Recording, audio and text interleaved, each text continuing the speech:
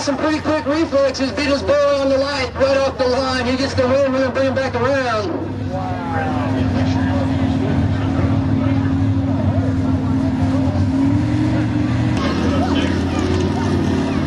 All right, they're going to switch lanes. Whoever wins this is the winner. Who thinks Pops is going to come from behind with the one loss and take the win? Who thinks his boy, Hurricane Orange, is going to get his act together and beat Pops off the line?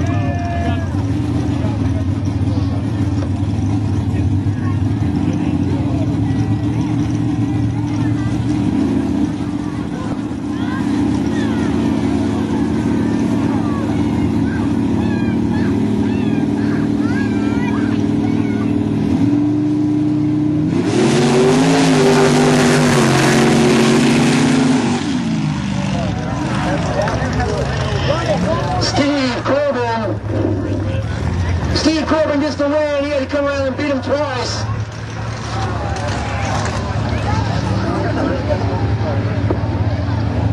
Steve Corbin, your winner. All right, here we go. This is hot stock, moving right along. Let me see that.